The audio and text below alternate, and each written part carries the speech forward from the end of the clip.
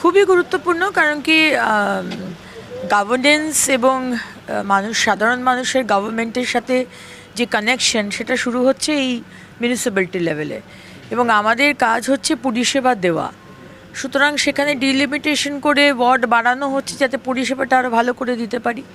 একটা বিশাল বড় ওয়ার্ড, তাতে কাউন্সিলর যা টাকা পায়, একটা ছোটো ওয়ার্ডে সেই টাকাই পায়, তাহলে ডেভেলপমেন্টটা হবে কোথা থেকে? যদিও বা 15 বছর ছোটো ওয়ার্ড হোক বড় ওয়ার্ড হোক, কোথাও ডেভেলপমেন্ট হয়নি, কিন্তু এখানে পরিষেবাটা যাতে আমরা দিতে পারি, ডেভেলপমেন্টটা যাতে দিতে পারি, সুযোগ যাতে হয়, সেটাই চেষ্টা করা। দিদি, আপনারা ক্ষমতা এসেছেন, তারপর দেখা যাচ্ছে মানে শহরের রাজ্যের সমস্ত বোর্ডগুলোর হয় পদত্যাগ করে চলে গেছে, নয় যে কোনো চলে গেছে। মানুষ তো ভুক্তভোগী হচ্ছে এদের এই ভুল সিদ্ধান্তের জন্য। কি চলে গেছে? বোর্ড ভেঙে চলে গেছে, মানে যারা ছিল তারা বোর্ড ভেঙে চলে গিয়েছে, তারা থাকেনি। এটা ভুক্তভোগী হচ্ছে তো সাধারণ মানুষ পরিষেবা নিয়ে। তো ভুক্তভোগী তো 15 বছর ধরে আমরা হয়েছি, তখন তো টিএমসির কাউন্সিলররা ছিল, কিন্তু আজকে টিএমসির কাউন্সিলররা যেই মুহূর্তে দেখলো যে নতুন সরকার এসে গেছে, তারা আর ওই আন্ডার দ্য টেবিল ডিলিংগুলো করতে পারবে না, তারা ছেড়ে চলে গেল। এতটাই দায়িত্ব জ্ঞানহীন আমি বলবো। 15 বছর ধরে তো 50 বছর 100 বছর পিছিয়ে দিলেন, কিন্তু নতুন সরকার আসার পর অন্তত সেই সামান্যটুকু মানে দেখানো উচিত ছিল, সেন্সিটিভনেস, যে মানুষকে হ্যাঁ আমাদের সরকার নেই তো কি হয়েছে, সামনে বর্ষাকাল, নতুন সরকারের সাথে কাঁধে কাঁধ মিলিয়ে একটু হেল্প করে দিই। কিন্তু সেটা এক্সপেক্ট করাটাই আমাদের ভুল। তারা আসার সাথে সাথেই চলে গেছে, আর যারা যায়নি তারা কোনোদিন অফিসে আসে না।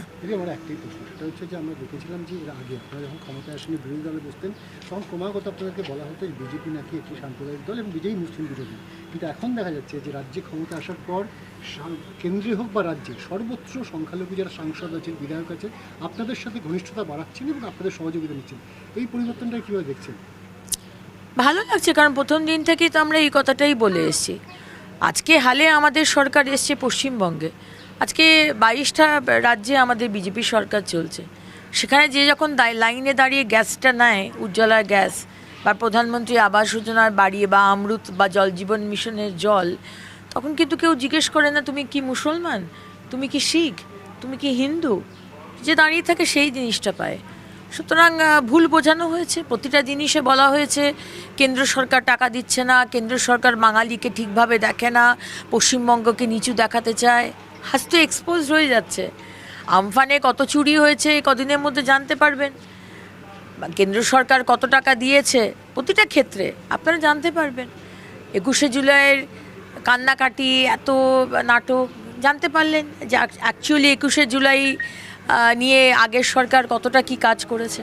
সুতরাং আমরা সত্যি মানে আমরা না ডেভেলপমেন্ট চাই, আমরা কিচ্ছু চাই না। এই দুর্নীতি ভয় কি যদি সুমিত রায় দুর্নীতি করেই কি এখন হাইকোর্টে আবার সুপ্রিম কোর্টেও দ্বারস্থ হয়েছে, এই ভয় কি গ্রেপ্তার হতে হবে না? এই ভয় সুমিত রায় মানে অভিষেকের যে আত্মসাৎ, এই দুর্নীতিগুলোর ভয়? আমরা তো জানি উনি দুর্নীতি করেছেন, এবং উনি যার হয়ে কাজ করতেন আমাদের যুবরাজ, তিনিও সাংঘাতিক দুর্নীতি করেছেন। তাই জন্যই তো উনি বাইরে চলে যেতে চাইছেন চিকিৎসা করাতে। নয়তো আপনার চোখের অপারেশন হলে আপনি কি দুবাই যাবেন?